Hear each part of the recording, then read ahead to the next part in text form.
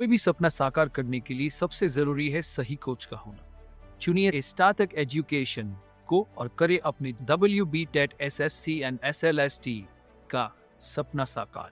Download दिया है। Hello everyone, আশা করি সকলে ভালো আছো। তোমাদের সকলকে স্বাগত জানাচ্ছি অ্যাস্ট্যাটিক এডুকেশনে।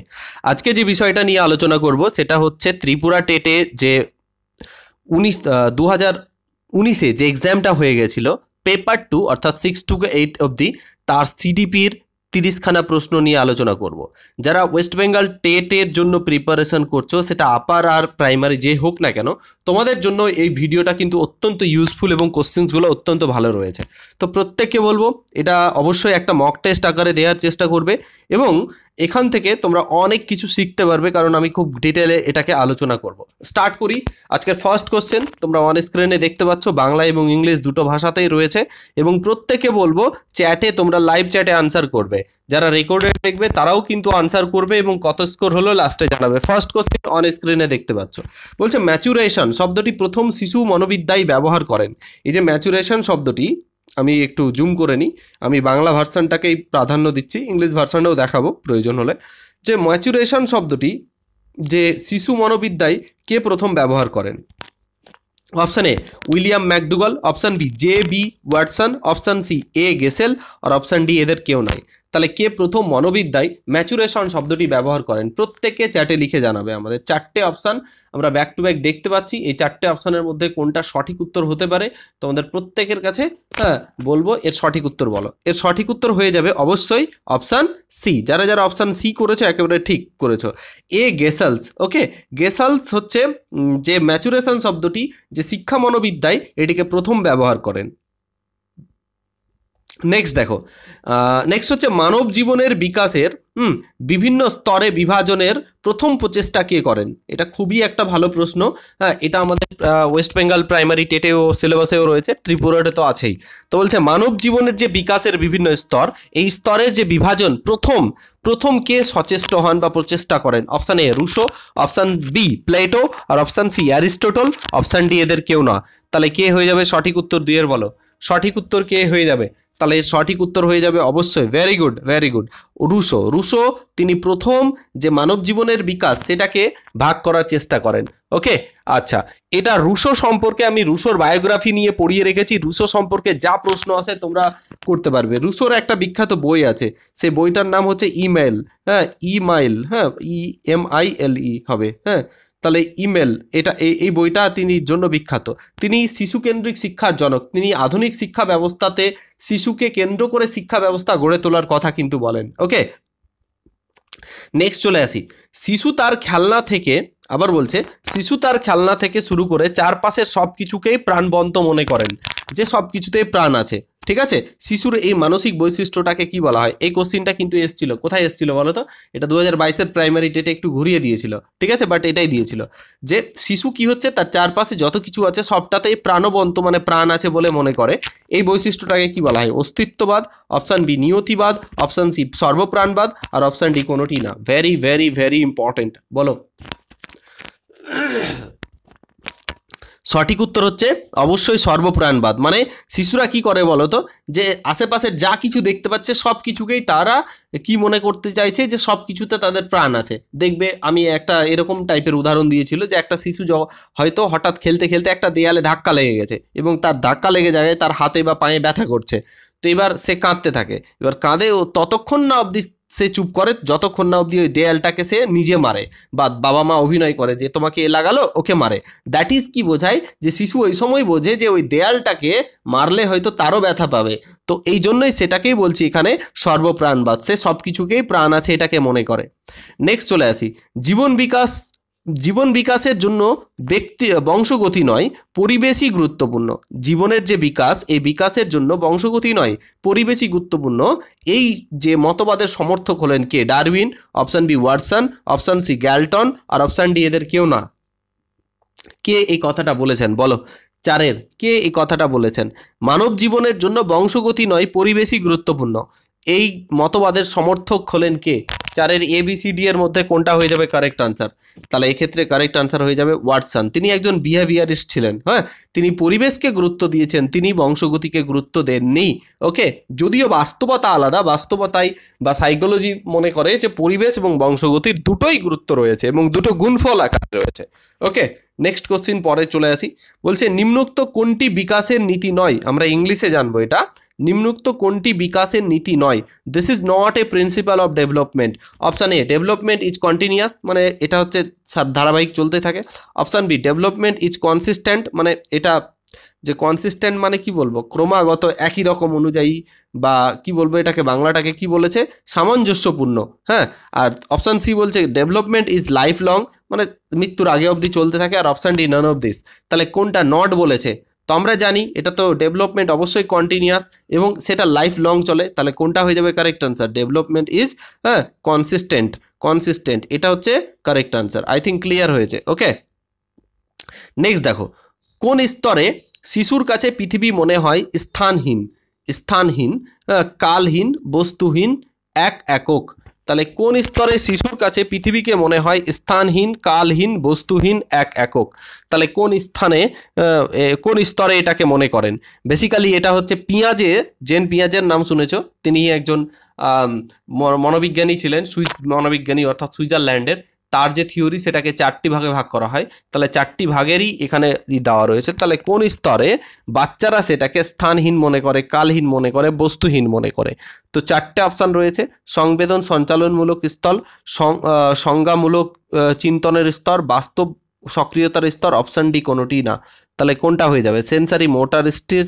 তাহলে কোনটাকে বলেছেন?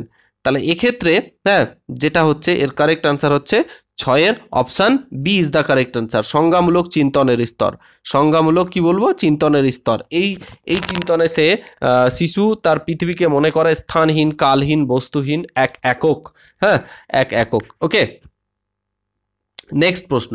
আচ্ছা, এখানে কি বলছে, এই কোশ্চিনটাতে অনেকে ভুল করবে এবং এটা খুবই সুন্দর একটা কোশ্চিন আছে। ঠিক আছে, কি বলছে, ড্যাশের মতে জ্ঞানমূলক বিকাশ, হ্যাঁ, জ্ঞানমূলক স্তরের দ্বন্দ্ব, বিভিন্ন ভূমিকা গ্রহণের ক্ষমতা, এই 3টি হলো নৈতিক বিকাশের মূল উপাদান।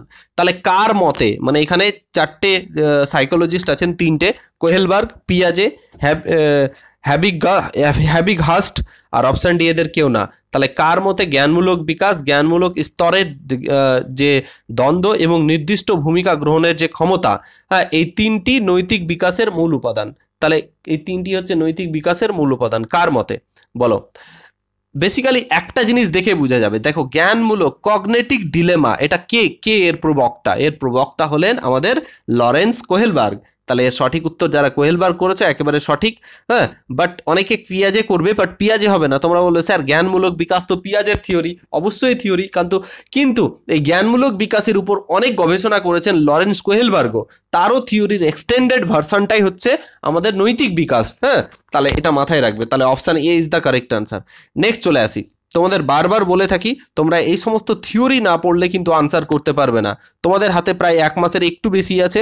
তো তোমরা যদি চাও যে থিওরি পড়তে চাও, আমাদের পেড ব্যাচ নিতে চাও, তাহলে আমরা ত্রিপুরা টেটের জন্য প্রায় 55টা ক্লাস দিয়ে পুরো যতগুলো সিডিপির থিওরি রয়েছে, এমসিকিউ রয়েছে, সব কভার করেছি।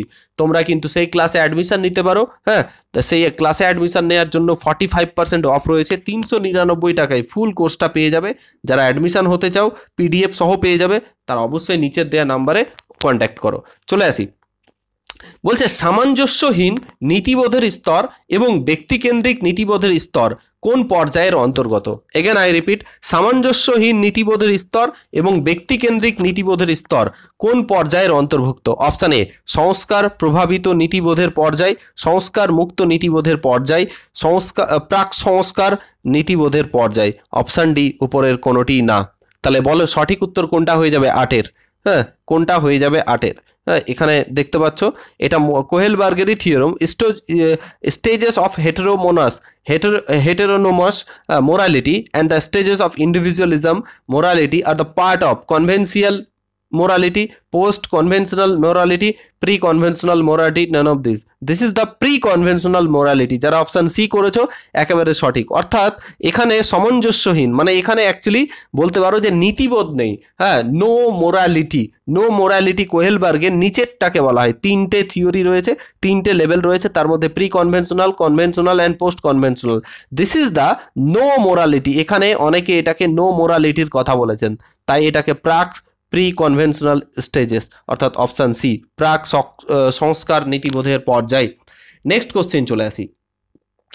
ভাইগটস্কি মনে করেন জ্ঞানগত বিকাশ, ভাইগটস্কি কি মনে করছেন? জ্ঞানগত বিকাশ অপশান এ সংস্কৃতিতেই সার্বজনীন, সংস্কৃতি অনুসারে পরিবর্তিত হয়, পরিবেশের দ্বারা প্রভাবিত হয় না, অপশান ডি কোনোটি না। তাহলে কোনটা হয়ে যাবে সঠিক উত্তর বলো? ভাইগটস্কি মনে করেন জ্ঞানগত বিকাশ কি হয়? সংস্কৃতি, সব সংস্কৃতিতেই সার্বজনীন, মানে প্রতিটা সংস্কৃতিতেই সার্বজনীন, সংস্কৃতি অনুসারে পরিবর্তিত হয়। অর্থাৎ বেঙ্গলের পরিবেশে আলাদা, যদি তুমি উড়িষ্যার পরিবেশ যাও সেখানে আলাদা, ত্রিপুরার পরিবেশে আলাদা, বা তুমি অন্য দেশে যাও তো সেখানকার সংস্কৃতি অনুযায়ী আলাদা। অপশান ডি পরিবেশের দ্বারা প্রভাবিত হয় না, অপশান ডি হচ্ছে নান অফ দিস। একটা জিনিস মাথায় রাখবে, লিভ ভাইগটস্কি হলেন যে সোশ্যাল কনস্ট্রাকটিভিস্ট থিওরির মানে প্রবক্তা, অর্থাৎ সামাজিক নির্মিতিবাদ।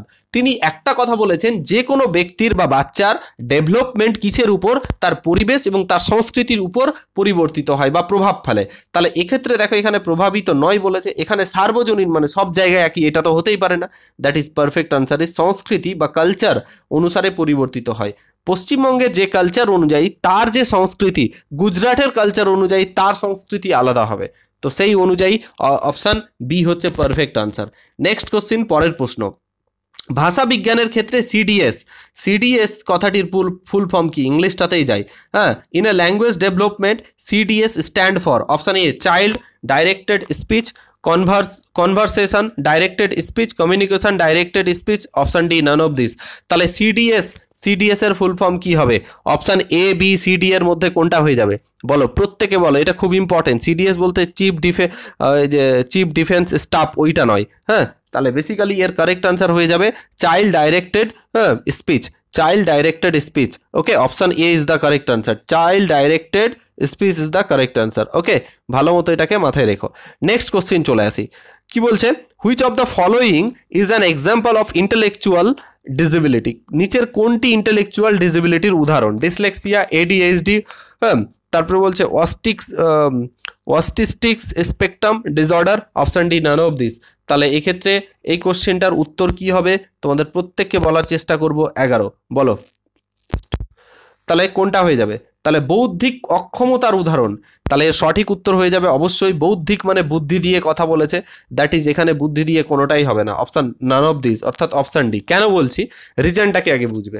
দেখো, ডিসলেক্সিয়া মানে কি? এটা রিডিং ডিসঅর্ডার, তো এখানে ওটা আসে না। এডিএইচডির মানে কি? মানে অ্যাটেনশন ডিফিসিয়েট হাইপার অ্যাক্টিভিটি ডিসঅর্ডার, মানে কোনো একটা জিনিসে মনোযোগ ক্ষমতা একটু যেন কম থাকে, এটা ঠিক আছে। আর এটার মানে কি বলছে? এটা হচ্ছে অটিস্টিক স্পেকট্রাম ডিসঅর্ডার। এটা হচ্ছে একটা মানে কিরকম টাইপের বলো তো? This is the complex development disorder that involve the persistent challenge in social interaction, speech and non-verbal communication and restricted বা repetitive বিহেভিয়ার। দ্যাট ইজ মানে হচ্ছে যে সোশ্যাল, মানে সমাজে যে মেলামেশার ক্ষমতা, কথা বলার ক্ষমতা, কিছু বোঝানোর ক্ষমতা, এক্ষেত্রে তারা কিন্তু যারা ডিসঅর্ডার দেখা যায় তাদেরকে বলা হয় এটা অটিস্টিক স্পেকট্রাম ডিসঅর্ডার। তাহলে 4টে বুঝিয়ে দিলাম। তাহলে বৌদ্ধিক চেয়েছে, তাহলে বুদ্ধি, এই 3টের মধ্যে বৌদ্ধিক দিয়ে কোনোটাই হবে না, দ্যাট ইজ অপশান ডি হচ্ছে কারেক্ট আনসার। নেক্সট চলে আসি। শিখন অক্ষমতার ক্ষেত্রে আঙ্কিত ব্যতয় এর নাম কি? দেখো একটু ইংলিশটা যা কি, বাংলাটা একটু কঠিন হয়ে যাচ্ছে। In a learning disabilities the name of mathematical disorder, মানে গণিতে দুর্বলতা বা প্রবলেম রয়েছে, সেটাকে কি বলবো? ডিসপ্র্যাক্সিয়া, ডিসলেক্সিয়া, ডিসফাসিয়া, অপশান ডি কোনোটিই না। তো এর আগেও আমরা এটা করেছি, কি হয়ে যাবে বলো? সঠিক উত্তর প্রত্যেকে বলার চেষ্টা করো। ABCD এর মধ্যে সঠিক উত্তর কোনটা হয়ে যাবে? ABCD এর মধ্যে সঠিক উত্তর হয়ে যাবে অবশ্যই নান অফ দিস। বিকজ রিজন বলছি বিকজ যেটা গণিতে অক্ষমতা সেটাকে বলা হয় ডিসক্যালকুলিয়া। এর আগেই পড়েছি, কি বলা হয়? ডিসক্যালকুলিয়া। 4টের মধ্যে কোনোটাই নেই, দ্যাট ইজ অপশান ডি হচ্ছে আমাদের সঠিক উত্তর। নেক্সট কোশ্চিন চলে আসি। বলছে একটি শিশুর মানসিক বয়স 5 বছর, হ্যাঁ, কালগত বয়স 4 বছর, ওকে, তাহলে তার বুদ্ধাঙ্ক বা আইকিউ কত? আইকিউ মানে কি MA বাই CA, MA মানে কি মানসিক বয়স 5, 4 CA আর এটা 100, তাহলে কি হয়ে যাবে 4 25-এ 100, তাহলে 5 25-এ 125 হচ্ছে কারেক্ট আনসার। তাহলে 125 কোথায় আছে? অপশান বি, তাহলে অপশান বি হয়ে যাচ্ছে কারেক্ট আনসার। ওকে, অপশান বি সঠিক উত্তর। এটা ক্যালকুলেশন ছিল। আমি বারবার বলছি যদি আইকিউ এর অঙ্ক প্রবলেম হয় আমাদের চ্যানেলে যাও, আইকিউ এর একটা আলাদা ভিডিওস বানানো আছে, সেটা দেখে তোমরা অবশ্যই করে নেবে। বলছে নিচের কোনটি সৃজনশীলতার গুরুত্বপূর্ণ উপাদান নয়? কোনটি সৃজনশীলতার গুরুত্বপূর্ণ উপাদান নয়? হ্যাঁ, কোনটা নয়? অপশান এ মৌলিকত্ব, অপশান বি সাবলীলতা, অপশান সি নমনীয়তা, অপশান ডি কোনোটি না। তো চারটে অপশান ব্যাক টু ব্যাক। এটা নিয়ে আমার একটা আলাদাই ক্লাস আছে, আমি বারবার বলছি যারা থিওরি পড়নি তাদের সমস্যা হবে, সেই জন্য বলছি আমাদের পেড ব্যাচটা অবশ্যই। তোমার জীবনের জাস্ট 399 টাকা লাগবে, কিন্তু তোমার পুরো কনসেপ্ট ক্লিয়ার হয়ে যাবে, একবার পাস করলে জীবন সুখী হয়ে যাবে। তো তোমরা অবশ্যই আমাদের পেড ব্যাচটা দেখতে পারো। তাহলে কি হচ্ছে সৃজনশীলতার গুরুত্বপূর্ণ নয় কোনটি? তাহলে এটাও হয়ে যাবে নান অফ দিস, কারণ সৃজনশীলতার উপাদান নয় বলেছে। তাহলে এক্ষেত্রে যেগুলো আছে মৌলিকত্ব, সাবলীলতা, নমনীয়তা, এই তিনটাই হচ্ছে মোস্ট ইম্পর্টেন্ট উপাদান, ঠিক আছে? তাহলে এক্ষেত্রে অপশান ডি হচ্ছে কারেক্ট আনসার। নেক্সট কোশ্চিন, পরের কোশ্চিনে চলে যাব।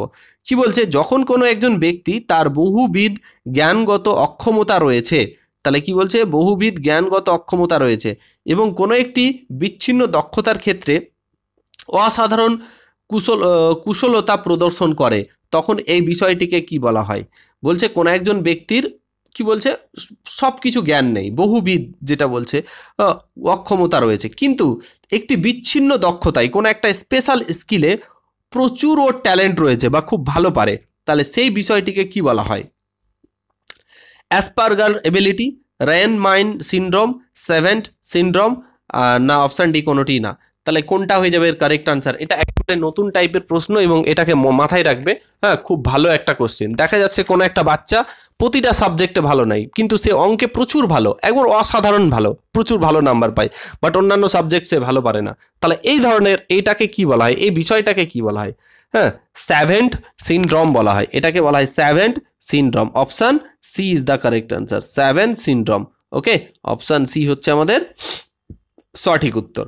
নেক্সট প্রশ্নতে চলে আসি। বলছে উন্নত বুদ্ধিসম্পন্ন ক্ষেত্রে 3 রিং কনসেপশন এর প্রবর্তক হলেন। কি বলছে? উন্নত বুদ্ধিসম্পন্নদের ক্ষেত্রে 3 রিং কনসেপশন হলেন, এর প্রবর্তক হলেন কে? অপশান এ জেন পিয়াজে, option B Joseph Renzulli, option C EL Thorndike, হ্যাঁ, আর অপশান ডি হচ্ছে এডওয়ার্ড থর্নডাইক, যেটাকে বলছি, আর এদের কেউ নয়। তাহলে কে হয়ে যাবে 16-র উত্তর বলো?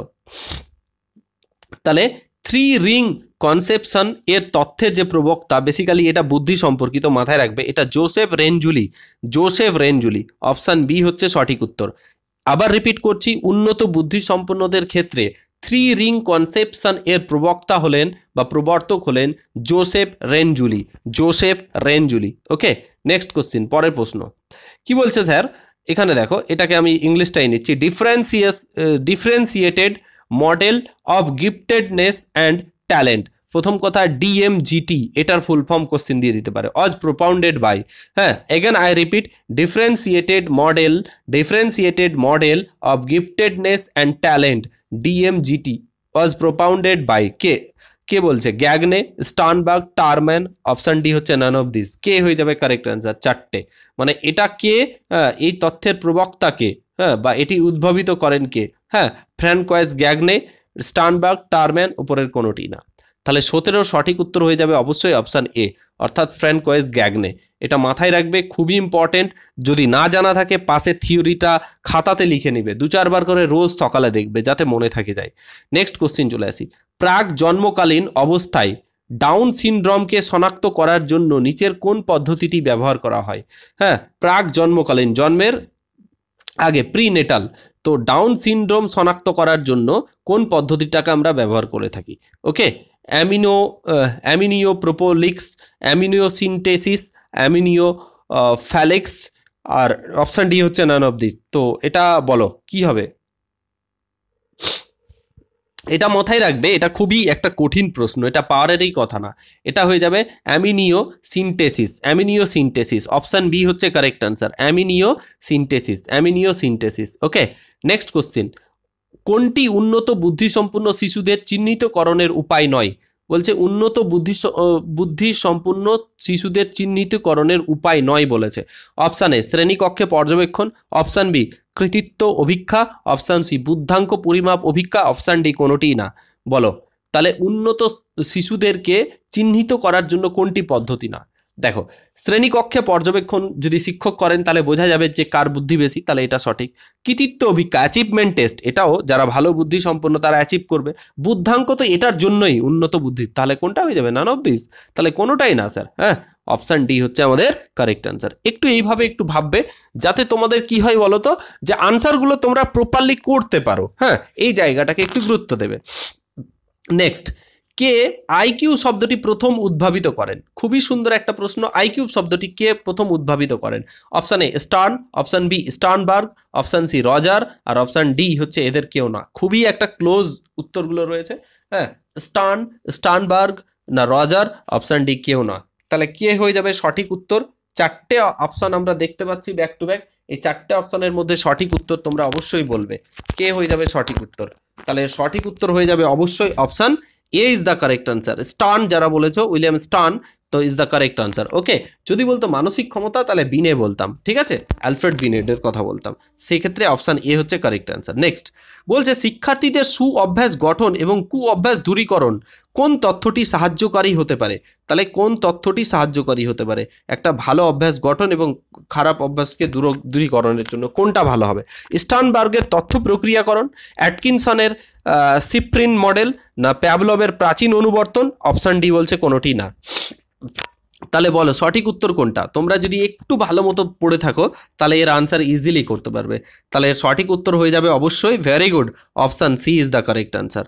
অপশান সি, এটার মাধ্যমে, হ্যাঁ, যেটা এসআরআর মডেলের এখানে কিছুটা উল্লেখ আছে, এর মাধ্যমে অবশ্যই আমরা কি করতে পারি যে শিক্ষার্থীর মধ্যে একটা ভালো অভ্যাস গঠন এবং কু অভ্যাসকে দূর করতে পারি। নেক্সট কোশ্চেন, শিক্ষক শিক্ষণের বিষয়বস্তুকে এমনভাবে উপস্থাপন করবেন যাতে তা শিক্ষার্থীদের নিকট তৃপ্তিদায়ক হয়। বলছে শিক্ষক তার যে বিষয়বস্তু, মানে তিনি যেটা পড়াবেন, যে কন্টেন্টটা পড়াবেন, এমনভাবে উপস্থাপন করবেন তাদের সেটা তৃপ্তিদায়ক হয়। এই ধারণাটি নির্ভরশীল নিম্নোক্ত কোন সূত্রের উপর? ফলাফলের সূত্র, প্রস্তুতির সূত্র, না অনুশীলনের সূত্র, না অপশান ডি কোনোটি না। এটা খুবই ভালো প্রশ্ন। থর্নডাইকের যে থিওরিটা, এটার তার অ্যাপ্লিকেশান, হ্যাঁ, law of effect, law of readiness, law of exercise, আর অপশান ডি হচ্ছে নান অফ দিস। তাহলে 2020-এর বেসিক্যালি এর কারেক্ট আনসার হচ্ছে ইফেক্ট, অর্থাৎ ইফেক্টিভ এডুকেশন দিতে হবে। তাহলে law of effect is the correct answer. Okay, তাহলে option A is the correct answer. Next question, OCEAN, OCEAN, OCEAN তথ্যটি হলো কোনটার সাথে যুক্ত? ওশিয়ান তথ্যটি ইংলিশ ভার্সন দেখে নেব। Ocean theory is a theory of perception, theory of personality, theory of intelligence, naan of this. তাহলে ওশিয়ান থিওরিটি এটা একবারে ইউনিক টাইপেরই প্রশ্ন। হ্যাঁ, ওশিয়ান থিওরিটি হলো theory of perception, theory of personality, theory of intelligence, না অপশান ডি বলছে নান অফ দিস। বলো তাহলে 23-এর সঠিক উত্তর কোনটা হয়ে যাবে? 23-এর সঠিক উত্তর হয়ে যাবে থিওরি অফ পার্সোনালিটি। ওশিয়ান হচ্ছে theory of personality. Option B is the correct answer, theory of personality. Okay, মাথায় রেখো এটা। নেক্সট কোশ্চিন, পরের প্রশ্ন বলছে, আচ্ছা একটু বাংলা ভার্সনটাই দেখি। একটি শিশু তার শিক্ষক দ্বারা তিরস্কৃত হলে, মানে শিক্ষক তাকে অপমান করেছে, বকেছে, তার সহপাঠীকে সে আঘাত করতে পারে। তার সহপাঠীকে সে কি করছে? আঘাত করতে পারে। এটি কিসের উদাহরণ? প্রত্যাবৃত্তির, দিবা স্বপ্নের, যৌক্তিকরণের? অপশান ডি কোনোটি না। ইংলিশটা দেখবো, খুব ভালো একটা প্রশ্ন। বলছে আচ্ছা বললাম যে যদি a child scolded by his teachers may hit this peer, তো সে নিজের বন্ধুকে কি করতে পারে? আঘাত করতে পারে। This is the example of regression, fantasy, না রিয়েলাইজেশনস? অপশান ডি বলছে নান অফ দিস। কোনটা করা উচিত বা কোনটা হবে সঠিক উত্তর?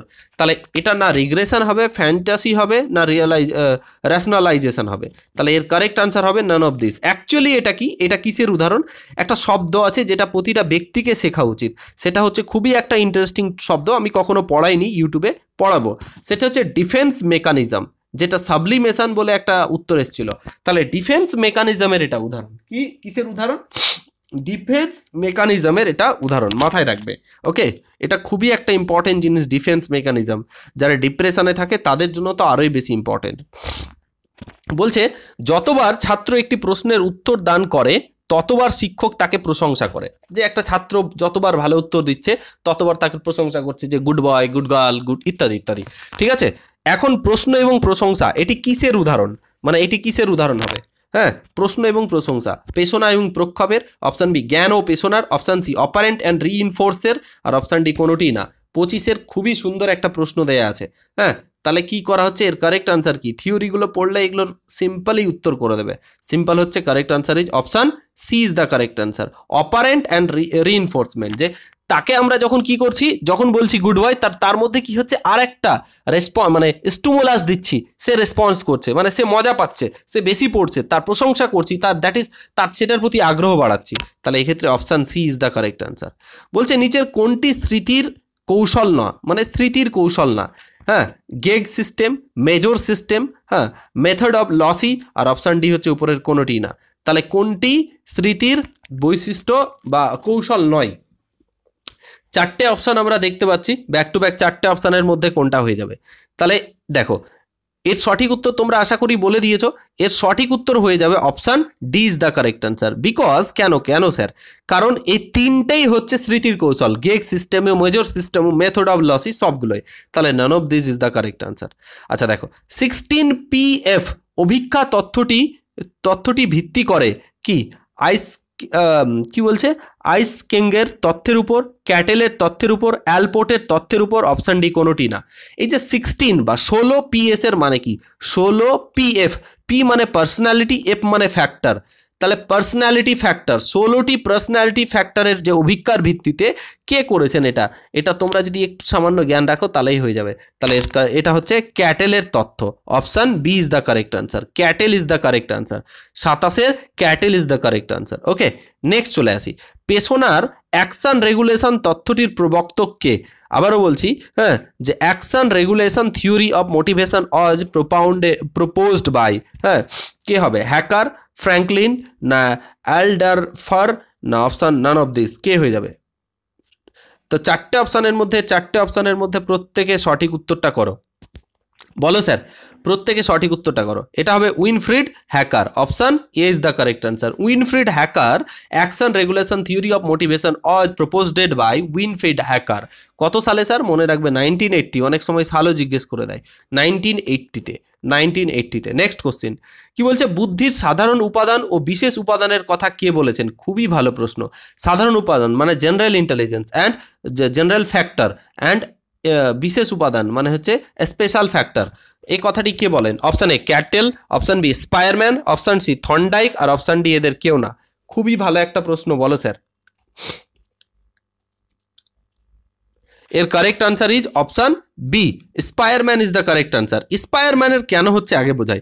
স্পায়ারম্যান 2 ফ্যাক্টর থিওরির কথা বলেন, চার্লস স্পায়ারম্যান। 2 ফ্যাক্টরের মধ্যে একটা বলেন জি ফ্যাক্টর, একটা বলেন এস ফ্যাক্টর। জি মানে হচ্ছে জেনারেল ফ্যাক্টর, যেটা সাধারণ উপাদান। এস মানে স্পেশাল ফ্যাক্টর, যেটা বিশেষ উপাদান। ওকে, তাহলে option B is the correct answer. This is the last question. এই কোশ্চেনটার মাধ্যমে আজকের ক্লাসটা শেষ করব। কি বলছে? শিক্ষার্থীরা তার নিজের ভুল থেকে শেখে।